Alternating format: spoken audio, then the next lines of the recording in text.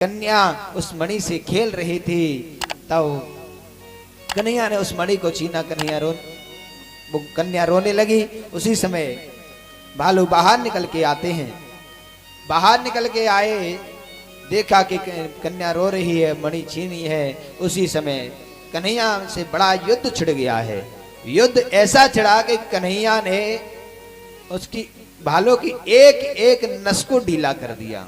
इतना भयानक युद्ध हुआ है। और ये भालू कौन है? ये कोई साधारण भालू नहीं है, ये स्वयं जामवंत जी हैं, जो त्रेता युग में प्रभु राम जी की सेवा में जामवंत जी थे। वही स्वयं जामवंत जी ही ये भालू के रूप में थे। लेकिन ऐसा क्यों हुआ? क्योंकि जामवंत जी त्रेता युग में जब थे तो जामवंत जी ने प्रभु राम जी से कहा, हे महाराज, मेरे बाजुओं की खुजली मिटी नहीं है, क्योंकि मिटने के लिए मुझे अवसर मिला नहीं है और मेरी बाजुओं में बहुत खुजली हो रही है। अगर आप देना चाहते हो तो मेरी खुजली मिटा दीजिए।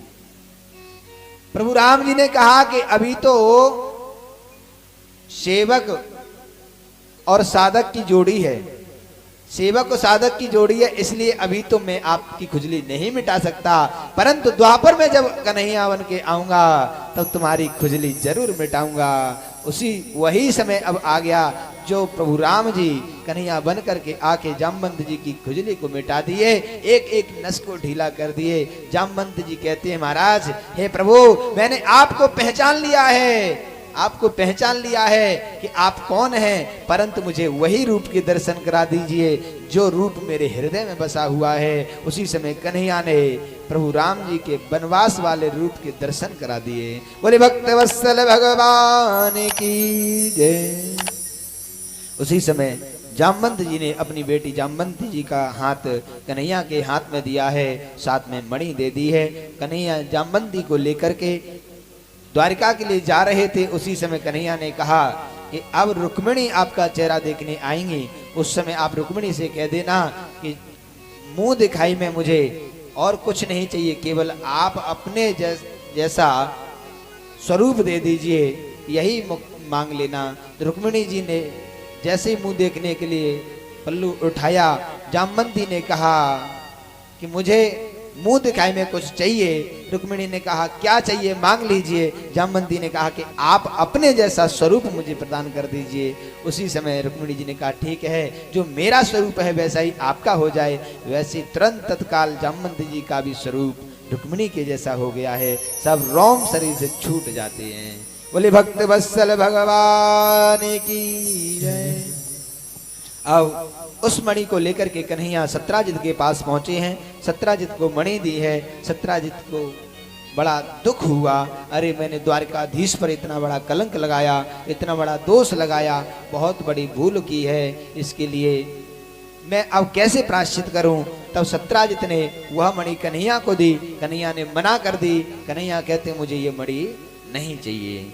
सत्राजित कहते हैं, तो मेरी कन्या को स्वीकार कीजिए। सत्राजित की जो कन्या है जिसका नाम है सत्यभामा, तो सत्यभामा का हाथ कन्हैया के हाथ में सत्राजित ने प्रदान किया है। द्वारा से मणि देना चाहा, लेकिन कन्हैया ने फिर मना कर दिया कि मणि मुझे नहीं चाहिए, आपने कन्या दी, मैं इसे स्वीकार करता हूं, लेकिन मैं मणि नहीं लूंगा। तो कन्हैया सत्यभामा को लेकर के द्वारिका में पहुंचे हैं। इस प्रकार कन्हैया के कितने विवाह हुए? 3 विवाह संपन्न हो गए। कितने हो गए? एक कल हुआ, रुक्मिणी जी, जामवंती, सत्यभामा। अब एक दिन कन्हैया अर्जुन के साथ में जंगल में भ्रमण करने के लिए गए हैं। तब कन्हैया ने अर्जुन से कहा, हे अर्जुन, देखो इस पहाड़ पर कौन नव युवती बैठ कर के तपस्या कर रही है, आप जाकर के पूछ के आओ। अर्जुन जैसे जाते हैं, अर्जुन ने पूछा, देवी आप कौन हैं, आपका क्या परिचय है, आप यहाँ क्यों बैठी हैं? तब उस नव युवती ने कहा, अहम देवस्य सवितुर्दुहिता पतिमिच्छति विष्णु वरेण्यं वरदं तपः परममस्तिदम्। अर्थता अहम देवस्य, अहम माने मैं, देवस्य सवितुर, सवितुर माने सूर्य, मैं सूर्य देव की पुत्री कालेंद्री हूं और मेरा नाम यमुना है। स्वयं यमुना और कालेंद्री नाम दो है लेकिन एक ही है। यमुना को ही कालेंद्री कहते हैं, कालेंद्र को ही यमुना कहते हैं। और विष्णु वरेण्यम वरदम तपः परम, यानी विष्णु भगवान को वर्ण करने के लिए तप कर रही हूं। तब अर्जुन ने आकर के कन्हैया से कहा है, कन्हैया ने कहा जब मुझे ही पति रूप में प्राप्त करना चाहती है तो क्यों ना चला जाए। तो कन्हैया ने वहीं पर कालेंद्र यानी यमुना को स्वीकार किया है। इस प्रकार कन्हैया के 4 विवाह संपन्न होते हैं। और एक बिंद और अरविंद नाम के 2 भाई थे। बिंद और अरविंद नाम के 2 भाई थे। इनकी परम लाडली बहन थी जिसका नाम था मित्र वृंदा। कन्हैया का 5वां विवाह मित्र वृंदा के साथ में हुआ है। और नागनजित नाम के एक राजा थे जिन्होंने प्रतिज्ञा की थी कि 7 बैलों को जो व्यक्ति एक साथ में नाथ देगा उस व्यक्ति के साथ में अपनी बेटी नागनजिती का विवाह करूंगा। तो बड़े से बड़े राजा महाराजाओं ने बैलों को नाथना चाहा लेकिन किसी ने नहीं नाथ पाया। तब कन्हैया ने 7 बैलों को एक साथ नाथ दिया। उसी समय कन्हैया का विवाह नागनजिती के साथ में संपन्न हुआ। नागनजिती का नाम एक दूसरा नाम है सत्या। अब एक राजा बहुत पराक्रमी राजा थे। पराक्रमी राजा थे जिनकी बेटी भद्रा के साथ में कन्हैया का विवाह संपन्न होता है। और 7वां विवाह भद्रा के साथ संपन्न हुआ। अब 8वां विवाह है मध्य देश के राजा की बेटी लक्ष्मणा के साथ में 8वां विवाह संपन्न हुआ है। अब कन्हैया के इस प्रकार 8 विवाह संपन्न हुए हैं। ध्यान दीजिए 8 पटरानियों के नाम कौन कौन से, ध्यान दीजिए। रुक्मिणी, जाम्बंती, सत्यभामा, कालेंद्री, मित्रवृंदा, नागनजिती, भद्रा और लक्ष्मणा। लेकिन अभी कन्हैया के 16,100 विवाह बाकी हैं। इनके लिए एक साथ में कर देते हैं क्योंकि एक बार भौमासुर नाम का राजा था। भौमासुर नाम के राजा ने प्रतिज्ञा की थी कि 16,108 कन्या होने पर विवाह करूंगा और सबके साथ में एक साथ विवाह करूंगा। जितने भी उसके राज्य में कन्याएं थी सभी कन्याओं को बंदी बनाता गया, कारागृह में डालता गया। उसी समय सत्यभामा को सूचना मिली। सत्यभामा ने कन्हैया से कहा, हे प्रभु, भौमासुर आजकल बहुत अपराध करने लगा है जो कि कन्याओं को बंदी बना रहा है, इसको आप क्यों नहीं मार देते। तो कन्हैया ने कहा कि आपने मारने के लिए कभी कहा नहीं, मैंने मारा नहीं। अगर आप पहले कही होती तो वो काम पहले हो गया होता, लेकिन अब आप कहती हो तो फिर अब काम हो जाएगा। सत्यभामा ने कहा कि अभी तत्काल इसको अंत कर देना चाहिए।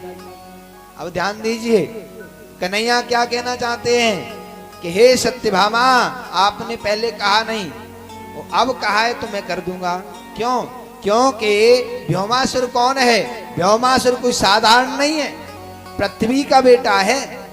भौमासुर पृथ्वी का बेटा है। जब भौमासुर का जन्म हुआ था तब पृथ्वी ने कहा, हे प्रभु, मेरे इस बालक को आप अपने हाथों से कभी भी मारना नहीं, चाहे कितना भी अपराध करे, लेकिन अपने हाथों से इसको मारना नहीं। जब तक मैं न कह दूं कि इसे मार दो तब तक नहीं मारना है।